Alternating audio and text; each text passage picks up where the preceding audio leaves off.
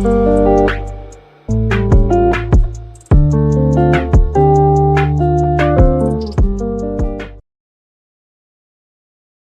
ส่งค่าเป็นน้องพรหมยินเสียงใต้ตีนับยำกุโซกุปายามหลีกดังสายลมอีกบารางขาวลงแรงเปิงไหลมาหบโทพบญาพี่น้องขากว่าแทงวันหนึ่งเขาย้อนหาดังหักเมตตาดังนิมใจดังสมซื้อหมนเปียวตีลูกตีเถาลาพระเป็นเจ้าเขาขามาแต่อยู่ในหูเสือเขาขากว่าห่างผ่าห่างมันเสกรรมค่ะนวันเหมือนในค่ะที่เขาขาเลยด้วยหันกำผ่าลงในมีตั้งหลู่อยู่เมียวหนึ่งนั่นก็เป็นตั้งนิมซิมตีเฮ็ดจึงฮือตีเฮ็ดให้ซึ่งจึงวันเมืองของเฮานิมซิมมีปอยตึกปางตึกคันนะคนในวันในเมืองมีตั้งอยู่ลีกินวันกัดเย็นชามสะซึ่งจึงวันเมืองก็ขึ้นเยอะมาสูงคือเฮิงเปิงสางนั้นเนี่ยมันเป็นตั้งหลู่ที่กำพาเนี่ยตึกหาสวขาอยู่เขาเฮาคำมาสืบเพ็ญจาม2อย่าสว่างชุกคาน24ตบ่ถึงคาน26ข้อที่5ค่ะ2อย่าสว่างชุกคาน24ตบ่ถึงคาน26ข้อที่5ค่ะเป็นรองของซึ่งจึงวันเมืองหนึ่งเมืองอิสลาค่ะนะเฮาขาเลยด้วยหันว่าซึ่งจึงวันเมืองของเขาที่กัดเย็นยามสะเมื่อเขาอิงปึงอาโกเถาวราพระเป็นเจ้าเฮ็ดวัดกูก่อยพระเป็นเจ้าค่ะเพราะว่าเขากองหลังแปดพระเป็นเจ้ามือละเนี่ยซึ่งวันเมืองของเขาก็ตกแต่มริมลีค่ะวางปกก้นวันก้นเมืองเนี่ยเลยขามตั้งอันตีกว่ายอบกว่าเป็นขี้ขาดในต่างวานต่างเมืองเนี่ยก็บ่จึงนั้นคนชื่อจัดเจ้าคือในเขาเฮียนฮู้ว่าซึ่งวันเมืองเฮาคนน่ะชื่อจัดเจ้าคือเฮาติขึ้นอย่ามาสูงติอยู่ลีกินวันก็เรียนชามสาติมีตั้งนิมสิมนั่นน่ะเฮาโลสวขาพระเป็นเจ้าวายนามาจูพระเป็นเจ้าคุกจะไล่ไม่จะวัวละแปดย้อนหามันเจ้าต้องป่านเยาก็เฮ็ดวัดกูก่อยมันเจ้าแน่ตั้งขึ้นอย่ามาสูงตั้งนิมสิมตั้งอยู่ลีกินวันก็เรียนชามสามันแต่จาติตั้งอันโกนจือจัดเจ้าคือเฮาแน่เฮ็ดวัดกูก่อยพระเป็นเจ้านะครับ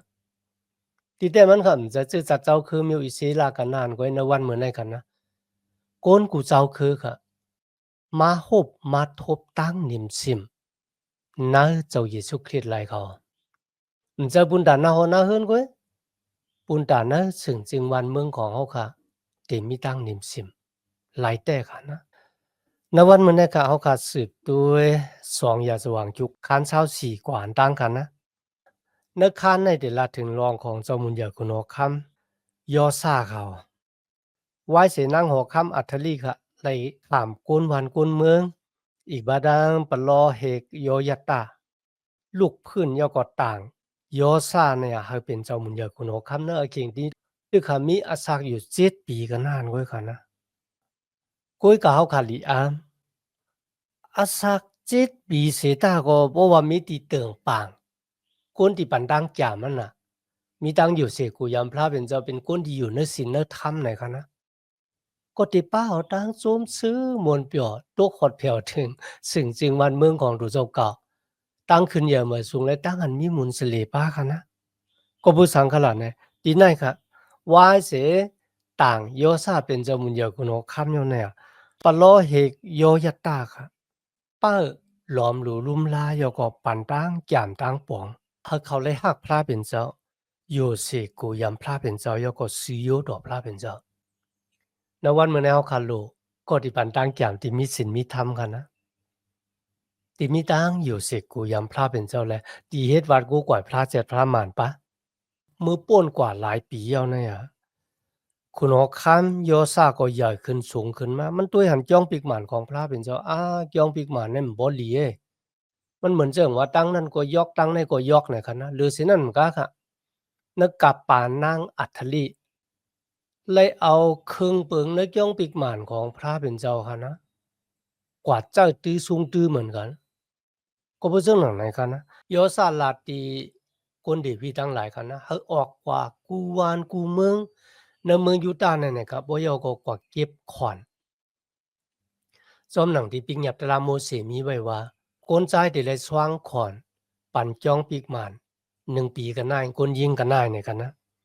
กว่าเก็บมาเอากุยก็ว่าคนเหลวีมเฮ็ดกันนะที่ไหนกันนะเจ้ามุญเหยกคุณอคำก็เฮ็ดตึกตาอันหนึงไว้หน้าจ้องปีกหมานของพระเป็นเจ้าว่ามือโกนมาเฮ็ดวัดกูก่อยพระเป็นเจ้าให้เขาเอาเงินเขาหลู่เขาก่อนในตึกพันดาจ้องปีกหมานพี่น้องค่ะที่ไหนหลายแต่กันนะ ไว้เสียนั้นค่ะจงมุญเหยอคุณออกคำเอาเงินในกว่าปันหลักซ้ำมาให้เขาเมกุมเมเฮ็ดย่องปิกหมานของพระเป็นเจ้าที่มันเก่ามันหมองกว่าพี่น้องการณสมัยแก้มดิกมีไว้ว่าโกนในแผ่นดินเมืองยูตาห์ค่ะเฮ็ดวัดโกก่อยพระเป็นเจ้ามีตังโจมเสือมนเปียวมีตังขึ้นเหย่าเนภายวิ่งเงินมันบอกว่าโกนมาเฮ็ดวัดโกก่อยพระเป็นเจ้า โกนเปแปดเถียงแปดหุ่นหางสร้างถูเจ้าพระดูของคนดังเจ้าคือวายนามาหลู่เครื่องปลูกจอเฮ็ดวัดกูกวายหาบเอาพรดีมังกลาที่พระเป็นเจ้าค่ะกุ้ยกะพี่น้องค่ะมือปะล้อเฮกยอยัตตาเสียงกามกว่ากันนะตั้งอันเสียงกามเขาเนี่ยเขามีมุนเสลค่ะยก็เขาเลยมุนเสลเหมือนเจ้าหนังเป็นคุณหอค่ำในค่ะนะ ก็บัวเขาเลยเฮ็ดพรดีอันใหญ่หลวงต่อซึ่งจึงวันเมืองและต่อคุณหอคำในคันน่ะเนาะวายเสปะลอเฮโยยะตาเลยเสียงกามกว่ากันนะก้นที่ปันตังจามเจ้ามุนเหยาคุณหอคำโยซาเนี่ยเขาเป็นก้นดีอยู่ภายวิญญาณกันนะเขาเป็นก้นเมือกนะครับที่นั่นค่ะเขาปันตังจามที่หมานแมนจีซาไลป้าเอาโยซาในค่ะนะ กว่าเฮ็ดวัดกูก่อยหุ่นหางช้างทู่เขาอะโลพี่น้องเฮาค่ะตั้งอันมีก็ที่ปันตั้งแก้มตั้งปองภายวิเงียนที่มันแม่นสิเจอในกันนะมันจอยเอาเฮาค่ะอาศักลิบอยู่ในเมืองโกนเนี่ยอะมีตั้งกำตั้งแก้งที่มันแม่นสิเจอแต่หรือสินั้นมันก็ค่ะนะเพราะว่าสิอยู่ต่อพระเป็นเจ้าเนี่ยอำว่าจะเป็นรองเงินรองคำในกันนะก็มีทั้งสิอยู่ต่อพระเป็นเจ้าค่ะนะ เอาเงินคำนั่นน่ะมาเจอตือซุงตือนานาการพระเป็นเจ้าหมานแมนซ้อมหนังดีเขาลาดไว้ที่กวนวันกวนเมืองกุ้ยกับไว้สิปะลอเหกยอยตาเสียงกามกว่ามืออัศกหนึ่งปาก30 ปีค่ะนะโยซาค่ะกอดถอมกว่าหมู่หมัดพองเมืองตีเมือกเรื่องของมันปยอก็แต่จ้าเฮ็ดวาดขุนหางสร้างทู่ค่ะเฮ็ดวาดขุนหางสร้างทู่ค่ะนะอาลูพี่น้องเฮาค่ะ ป้าเอากวนเมียวยูตาเนี่ยกวางเซียนตั้งของเถาลาพลาเป็นเจ้ากว่าก็ผู้สังเขาเฮ็ดจังหนังไหนครับพี่น้องครับก็ผู้สังนั้นที่เนี่ยเขาคาหันว่าก็ที่ปันตั้งจามนั่นน่ะมีตั้งลำลองต่อโจตาสักตานของเขาค่ะจะว่าเป็นคุณโอคำเมียวฮู้กูเมียวเนี่ยมันจะค่ะนะเป็นคุณซึกหลวงเยาก็ฮู้กูเมียวหมอกูเมียวเนี่ยมันจะค่ะเขาโลกก็ที่เติงปางก็ที่ปันตั้งจามที่ไหนค่ะหมู่หมัดพองเมืองที่เป็นกุนเมือกเรื่องปันตั้งจามเลยป้าเอาโยซา กว่าเฮ็ดวัดกูก่อยหูนางช้างทูกล้วยมันก็เฮากวนวันกวนเมืองยูตาห์เนี่ยเฮ็ดวัดกูก่อยหูนางช้างทูหรือสินั้นมันก็ค่ะมีลูกของปะลอเฮกโยยะตะที่มาเป็นปะลอเฮกต่างปอมันมีชื่อว่าจากคริคันนะจากคริเนี่ยมาฟังสติปันสติที่คุณหอคำยอซากันนะว่าก็เบอสังคุณหอคำของสูเลยกวนวันกวนเมืองยูตาห์เนี่ยซุ่มซึมอยู่ต่อพระเป็นเจ้าในคันนะ มือมาฟังสติปันสติเจ้าหนังไหนครับคุณหอคำยอซ่าเนี่ยสั่งให้หมู่หมัดพองเมืองของมันเนี่ยแหมจากคลิดตายเขาพี่น้องคาลุยดังดีปอของจากคลิดมีชื่อว่าโยยะตาเนี่ยเป็นคนที่ปันตั้งแก้มตั้งปองจมุนเหยอะคุณหอคำยอซ่ามาแต่จ้ามันก็เลขไหนคะแหละ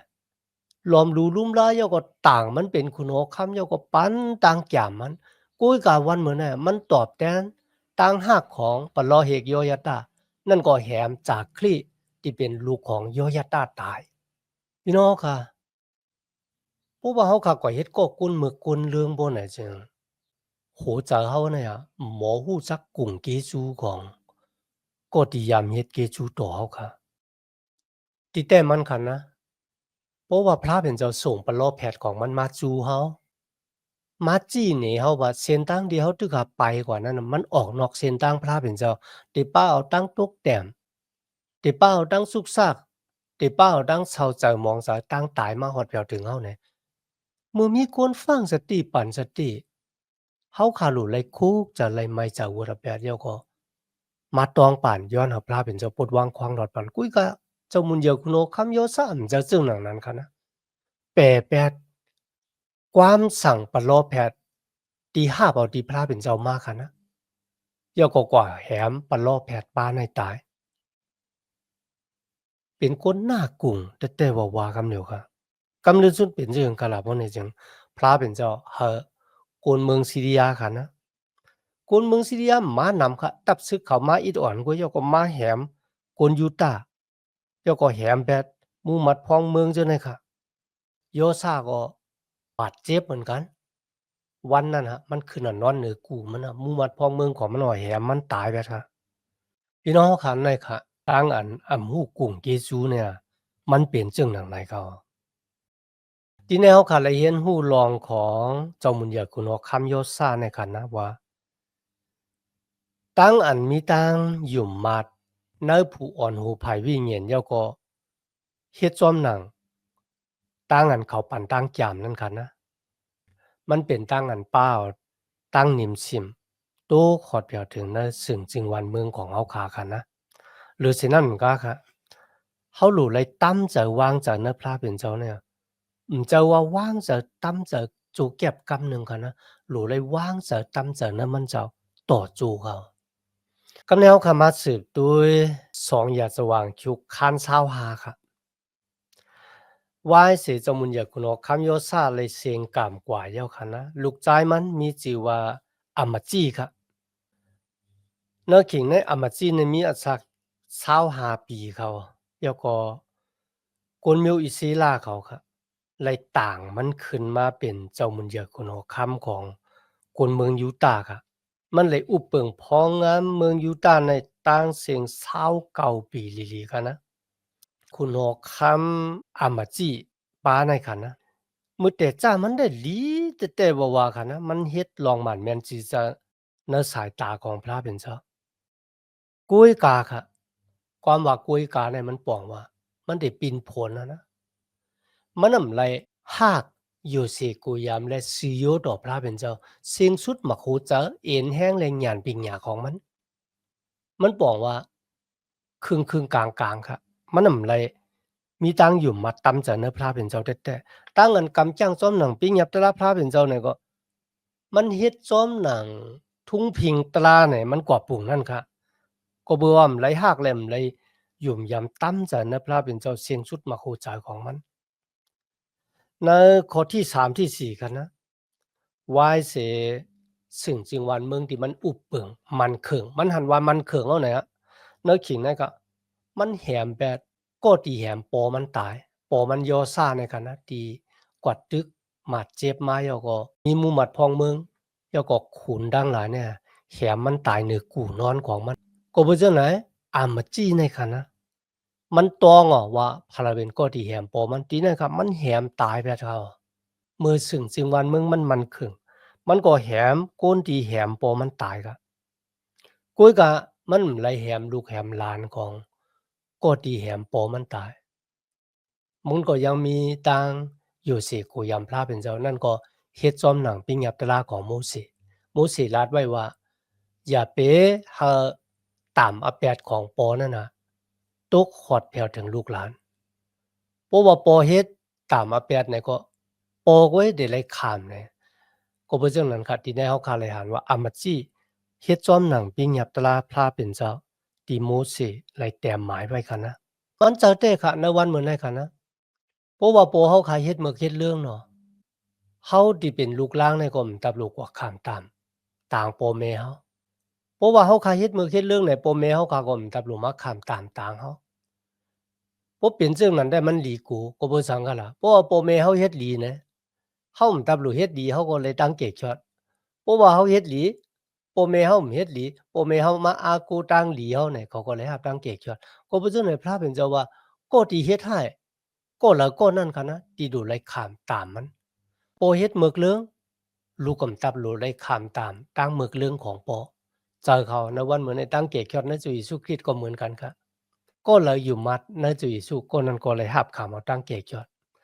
จังอากูกันค่ะนะอาโปเมเฮาหับขามเอาจุยสุยังน่ะเฮาก็รู้เลยหับตั้งเกยอดอันนั้นเจอก็รู้เลยหับเอาหางกุยเฮาค่ะกันนะเหมือนเฮากินเขาอะ พอกินก็มันอิ่มนะเป็นซึ่งหนังนั้นแต้ๆเขาก็เป็นซึ่งหนังนั้นค่ะสมาจามดีของพระเป็นเจ้าเนี่ยมีปักเปิงด้านอันจีอย่างตลาดซ้อมหนังตลาดแต้ๆค่ะนะจะว่าเจ้าโตซาของดูเจ้าเก่าบุญดาได้ตอบแทนขึ้นก็ดีเฮ็ดให้โตเฮานั่นเจ้าค่ะนะเจ้าปิงหยับตลาพระเป็นเจ้าจีอย่างตลาซ้อมหนังตลาค่ะ ก็บ่จั่งไหนนะวันมื้อนี้บ่กุนก็ละคันไลตั้งอันสิหยังตะลาซ้อมหนังตะลาค่ะนะหลู่เลยมาอิงปึงอากูปิงหยับตะลาพระเป็นเจ้าแต่จะเอาข้อที่5ดอกบ่ถึง13ค่ะนะอันนั้นเจ้ามุนยาคุณออคำอามาจีค่ะมันได้กวัดตึกกันดางเมืองเอดุมค่ะนะมันเมหางเมแฮนลูกศึกมัน300,000ค่ะอ้ำไปโป้เนี่ยครับมันกว่าจ้างกนศึกอิสราเอลอะคือเอพริมค่ะเนาะมันว่าจ้างมาแทง100,000ก็ทีนั้นครับปะโลแพทย์พระเป็นเจ้าป่าหนึ่งก็มาฟังสติปันสติมันว่าเพราะว่าสูติหากนมิวอิสราเอลมาอยู่ในตับซึกของสูบ่นะจังพระเป็นเจ้าเต็มอยู่เลยซ้อมสูก็บอกว่ากนมิวอิสราเอลเขาไม่ไหักพระเป็นเจ้าอยู่เสกูยามพระเป็นเจ้ากนมิวอิสราเอลเขาจังพระเป็นเจ้าอิสราเอลปอดของ10คืนค่ะนะเขาจังพระเป็นเจ้า คุณโหคำอำมาจี้ซ้ำกว่าจ้างคือเอพริมเนี่ย100,000ก็ค่ะนะเฮามาจอยตึกเมืองเอตุมมือปะโลแพทย์ฟังสติว่าบ่ว่าสู่เฮาก้นยุ่มพระเป็นเจ้ามาจอยบ่ไหนพระเป็นเจ้าเต็มอยู่ซ้อมสู่คุณโอคำอำมาจี้ก็ว่าเงินที่ค่าจ่ายปันกาจ้างลูกซึกอะเนาะจ่องค่าได้ไล่ขึ้นเนี่ยปะโลแพทย์ว่าอย่าไปกลัวพระเป็นเจ้าติปันศูนย์นำเลยเสียนั่นน่ะ ต่างที่สู่พระเป็นเจ้าค่ะเมื่อเขาออกกวาดตึกซึกตึกกันดังเมืองเอดุมค่ะนะเขามีดังเป็นแหน่งเมืองเอดุมเขาพระเป็นเจ้าปันดังเป็นแหน่งที่เขาหรือสินั่นก็คู่ของเงินคำเขาก็ขุบซิมเอาในเมืองเอดุมนั่นมาไล่น้ำจ้ะกำในมาถึงลองดีหลีเสอเล็กน่ะนั่นก็คุณหัวคำอามาจี้ค่ะแต่เจ้าข้อ14ตัวพอถึงข้อ16ค่ะนะสองอย่าสว่างจุกคันเศร้าหา ข้อ14ต่อไปถึงข้อที่16เนี่ยอามาจี้ครับกว่าเอาหุ่นหังสังทู่ของกวนเมืองเอตุ่มเนี่ยมาเฮ็ดวัดกูกวายครับพี่น้องอาล่ะพี่น้องค่ะข่าวว่ามันเป็นตาเงือง่าแต้ๆว่าเขาก็บ่ซังค่ะปะโลแพทย์ของพระเป็นเจ้ามาฟังสติปันสติมันว่าสู่เอาพระของกวนเมืองเอตุ่มมาเฮ็ดวัดกูกวายเฮ็ดสร้างโดยรู้นะครับ พระป้าเนี่ยจ่องมันจอยหรือกวนเมียวเอตุ่มไรอะพระที่กวนเมียวเอตุ่มเฮ็ดวัดกูกว่าเนี่ยมันดำแกดเขกังกวนเมืองเอตุ่มไรมันบอกว่าพระเป็นเจ้าไคลาดว่าก็ที่ปันตังเป็นเนี่ยที่สุดตึกเป้เมืองเอตุ่มเนี่ยมันนำเจอขุนหางสร้างทู่ของพระตู้เมืองเอตุ่มเนี่ยกุ้ยกับมันเป็นเฮาเป็นสังสูซ้ำเอาพระเมืองเอตุ่มขุนหางสร้างทู่เมืองเอตุ่มเนี่ยมาเฮ็ดวัดกูกว่าลาเนี่ยก็โลเพชรมาฟังสติปันสติมันจังไหนเนี่ยมันนำถ่อมครับมันว่าจังครับเผาปันเอาขว้างมาหามาเป็นกฎที่ปันตั้งแก้มที่เก่าเนี่ยมาได้เฮ็ดให้ตู่มาตายหังกุยมาหาเนี่ยอาโลพี่น้องนาวานเหมือนไอ้ค่ะกูนเฮาค่ะเนี่ยมันหลีกูน่ะเจอกูนเหมือนเจอลิงค่ะนะสภาวะภายแต้มมันอุเปิงอยู่นะจ๊ะฮู้ว่าอันเลอหลีอันเลิมหลีอันเลอหมานแม่นสิเจอฮู้เย้าค่ะกุยกำเอาค่ะเอาจอมหนังอะลูกกลางใจของทุเจ้าเก่าเขาอะ พี่น้องค่ะที่ในพระเป็นเจ้าว่ามาในหน้ากรุงหน้ากรุงเก่าในหน้ากรุงพระเป็นเจ้านั่นกันน่ะพระเป็นเจ้าปันตั้งเป้แหน่งที่มันค่ะนะกุ้ยกับมันซ้ำกว่าหุ่นนางสังทูมาเฮ็ดวัดกูกวย พี่น้องค่ะกำลังสุดเป็นครับเมื่อเขากองหลังเป็ดพระเป็นเจ้าค่ะนะตั้งอันเจอมาหน้าแผ่นสูงก็ป่อเป็นมานะจ๊ะใครกว่าตึกกันดังกนมิวอิสราที่เป็นพี่น้องของมันนะคะนะคุณหอคำอิสราปอดห่องเนี่ยมีชื่อว่าคุณหอคำยาฮอซาค่ะอามาจีเนี่ยค่ะนะกว่าตายาฮอซายาฮอซาว่าต้นน้ำต่อยหูบันไว้มาที่มาตากันดังต้นไม้อาริดอะไรจึงหนังหือเนี่ยตั้งอันจังมาหน้าแผ่นสูงของมันนั่นน่ะมันติเฮ็ดให้มันล่มลงไว้นะครับมาอยู่ที่เฮือนนั่นล่ะมาอย่าไปมาตึกเขาเนี่ยพี่น้องค่ะมือออกห่างพระเป็นเจ้าเนี่ยหมอจักเพว่าอันเลยหมานแม่นชื่อจะอันเลยหมานกันนะหมอจักเพเอาค่ะป้าลุกซึกมันขึ้นกว่าตึกคุณออกคำปอดห่องค่ะนะคุณมีอิสิลาหนังกันเนี่ยคุณออกคำยอซากำเลินสุดค่ะคุณออกคำยอซามงอิสิลาปอดห่องก็เข้ามาตึกมันเป้กว่าเหมือนกันนะมาหุบซิมเอาเงินคำในเกี่ยงปีกหมานว่าเนื้อหางเนื้อหอมันอ่ะ เอากว่าแปดตั้งเสียงทั้งหมดเขาอันนั้นเป็นที่สุดที่ก่อยของคนที่น่ากุ่งพระเป็นเจ้าหวายนากว่าจูหุนหางสร้างทูตเจ้าพระดูของคนต่างเจ้าคือพระเป็นเจ้าปันอขว้างอาเยมันข้าวดัง45 ปีหามันคุกจะไล่ไม่จากอุระแบบกุ้ยกะมันไหนเฮ็ดวัดหุนหางสร้างทูมันจ้อยหนาพี่น้องค่ะฮู้อยู่นะหุนหางสร้างทูเนี่ยมือโกนเฮ็ดมาจอมหนังตั้งว่น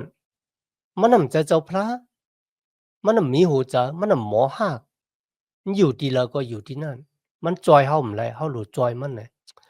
กูยกะมันมีหวังเมียวมันมาขำอึดไว้แล้วหมากอกออมหมอว่วนไงวายเสียนั่นค่ะคนวันคนเมืองอะเพียงพอจะในตู่ของคุณหอคำอับมาจีนะครับปากันลูกพื้นมันก็ปลายกว่าคนวันคนเมืองก็จอมไข่มันกว่าเยาก็กว่าตีมันมาเยาก็แหมตายไปเถอะ ตั้งตายของเจ้ามุนเหยียคุณหัวคำบ้านเนี่ยมีมุนสิริอิดครับในคานเช้าหาในเลยสอนเขาว่าตั้งอันเฮาแต่จ้าตีหลีนั่นน่ะมันไปโป้ค่ะมันโหลไรเสียงสุด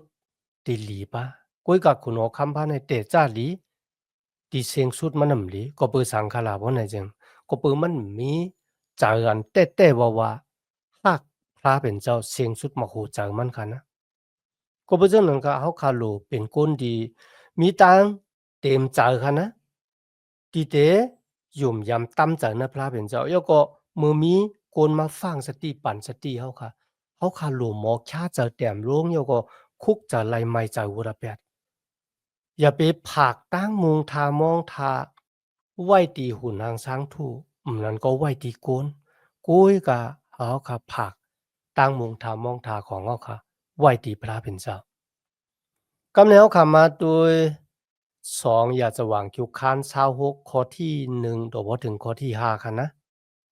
ว่าเจคุณโอคัมอามาจีเสียงกามกว่าค่ะลูกใจมันมีชื่อว่าโอจิมาคนวันคนเมืองไหลเจอนะครับป้ากันต่างโอจิมาเนี่ยขึ้นมาเป็นเจ้ามุนใหญ่คุณโอคัมอุปึงเมืองยูตาเขาตึกหามีอาศัก16ปีแล้วค่ะนะกุยกับพี่น้องเขาขาดที่ไหนค่ะนะโอจิมาเนี่ยค่ะนะสวาขาพระเป็นเจ้าค่ะ เฮ็ดวัดกูก่อยพระเป็นเจ้าจอมหนังตีปันโลเหกพระเป็นเจ้าเลยปันตั้งแก้มตั้งปองตีมันกันนะในก็มีก็ที่ปันตั้งแก้มตั้งปองแทงเอาค่ะเมื่อมีก็ที่ปันตั้งแก้มตั้งปองที่อยู่เสกูยามพระเป็นเจ้าเป็นคนชื่อต่ออยู่ในศีลธรรมกำจ้างจอมหนังปิ้งยับตลาพระเป็นเจ้าเนี่ยเฮ็ดให้คุณออกคำโอจิยาเนี่ยค่ะมีอาสากลิบที่หมันแมนซีซามีตั้งกำตั้งแจ้งที่หมันแมนซีซาในสายตาของพระเป็นเจ้าค่ะ ที่ลำลองอายุเยอะที่สุดคณะโอจิยาเนี่ย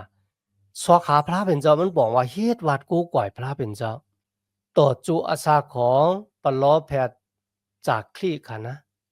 ปลอเหกจากคลี่ที่เป็นก็ดีปันตั้งแก้มลองภายวิเงียนลองศีลลองธรรมในเขาปลอเหกของพระเป็นเจ้าปันตั้งแก้มที่เขาว่าโป้ว่าสู่สวาขาพระเป็นเจ้ามันบอกว่าเฮ็ดวัดกูก่อยพระเป็นเจ้าค่ะนะพระเป็นเจ้าก็ ติปันพรลีมังลาให้สู่ขึ้นอย่างเหมือสูง ก็บ่จั่งไหนที่แนวเขาหันว่าตั้งอันแต่จ้าที่ดีที่สุดนั่นก็เป็นตั้งอันแต่จ้าสอกหาพระเป็นเจ้าเฮ็ดวัดกูก่อยพระเป็นเจ้าอาศักตึกเลขอยู่ก็เย้าค่ะนะกุ้ยก็มือเขามีหูเจ้าที่คาแต้มลงเย้าก็สุดจับสุดจูพระเป็นเจ้าน่ะพี่น้องค่ะเขาเลยรับพรดีมั่งกะล่ะหรือฉะนั้นเหมือนกันในวันเหมือนนั้นกันนะตั้งอันเป็นผู้ปันตั้งแจ่มภายวิญญาณเป็นรองทั้งลำรองแท้ๆค่ะ หวังว่าเขาถามว่าเสียอุบชื่อเจ้ากุยอยู่เนี่ยมันจะเขาขาที่เป็นปอเป็นแม่เนี่ยเพราะว่าเขาเป็นข้อที่หักอยู่สิกุยามสิโยตอบรับเป็นเจ้าแล้วก็กำจ้างซ้อมหนังปิ้งหยับตะรับพระเป็นเจ้าเนี่ยเขาก็เป็นข้อที่หมอปันตั้งแก่มที่ลูกล้างคนในหอในเฮือนแล้วก็ลูกล้างตะเปเจ้าคนที่อยู่มาตำจะเนื้อจุยสู้หนังกันแต่ป้าเอาจุดอาศักของเขาเนี่ยอาศักลิบเนื้อตั้งหมันแมนศีรษะ อยู่ในศีลธรรมของพระเป็นเจ้าแลไล่รับเอาพรดีมังกลาที่พระเป็นเจ้าที่เฮ็ดซึ่งหือบุญดะได้รับพรดีมังกลาพระเป็นเจ้าเนี่ยพี่น้องครับมันมีกากโซอันหนึ่งนั่นก็คือเขาสอกหาพระเป็นเจ้าสอกหาพระเป็นเจ้าตัดสิกันนะพระเป็นเจ้าที่ปันตั้งออกเมียงคำว่าลองภายปิจิอุกษาลองตรงวงเกกางโกนแล้วก็อสักตานภายวิญญาณของเฮาค่ะเมื่อเฮาค่ะจับจ้อมหอมไปพระเป็นเจ้า ในวันเมื่อในข่าวคาเลยเห็นหูลองของสมุนเยอคุณโอคำสามปากันนะคุณโอคำโยซาอามาจิยก็โอซิยากันนะเขาคาเลยหันจุดตาสักตานของเขามีเลยที่เขาหลู่เยืองฮะยก็มีเลยที่เขาหลู่เงื่องเวอันละที่เป็นกติสัจจะของพระเป็นเจ้าที่มีต่อโกนของมันเจ้าและมีต่อเขาคาป้ากันนะแล้วคาเลยหันพระเป็นเจ้าป้าเนี่ยเป็นพระเป็นเจ้าที่มีต่างหากเมตตา เป็นพระเป็นเจ้าตีมดจางเป็นพระเป็นเจ้าตีอสักลีบอยู่แต่อยู่นิกจะเถาระเป็นพระเป็นเจ้าเดียวค่ะศึกษาจำใจจอมมันเจ้าไหลในวันเมื่อนั้นค่ะอิงปึงนามมาเมียจุยสุคริตเขาค่ะศึกษาจำจะจอมพระเป็นเจ้าไหลติแต่มันวิ่งเห็นมดจังพระเป็นเจ้าก็มีอยู่เลยจอมเขาค่ะตัดสีเขาเขาค่ะหลุไหลแค่จะแต้มลงยอก็สุดจับสุดจูพระเป็นเจ้าลุยตั้งสุดต้องอ่านสมัยยามลีกยอก็ย้อนเอ็นแห้งภายวิ่งเงียนบุญดาเรอสักลีบอยู่วันหนึ่งและวันหนึ่งหากอสักตานเฮาค่ะเนานาเฮือนเฮาค่ะเป็นตั้งอันปั้นมุนสิริพระเป็นเจ้ากว่าในเฮาค่ะมีอักขวางหาบเอาพรหลีมังกลากามีที่มันเจ้าไหลค่ะอ๋อ มีดังนั้นต่างเกจูพี่น้องคายันน่ะที่มาเห็นจำดีกว่าซ้อมกันตัวบ่ถึงว่าเขียงเอาคาสุดกว่าในวันเหมือนนั้นย้อนหาตั้งหักเมตตาตั้งนิมสาตั้งสมซื้อมนต์เปียวตีลูกตีเฒ่าลาพระเป็นเจ้าคามาแต่อยู่ในหูเสาคากว่าหางเผาหางมันสิกรรมคะมาสุงคา